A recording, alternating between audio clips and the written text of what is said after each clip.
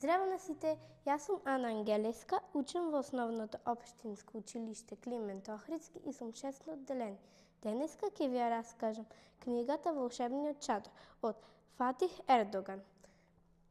Во оваа книга се зборува за еден чадор кој може да го менува да ја менува времето, например како дожд, снег и други времиња. Главни ликови се Нилај, таткото и мајката на Нилај, и исто така дека во декември има снег.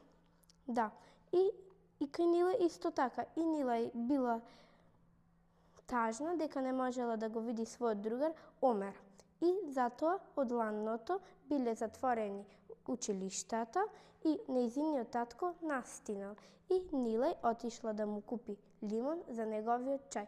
Кога се враќала за дома во паркот, под дабовата гранка и паднало желат на главата. И кога Нилај тогаш и паднало, Нилај посакала да има супер моќ да го контролира времето. И тоа и се исполнило.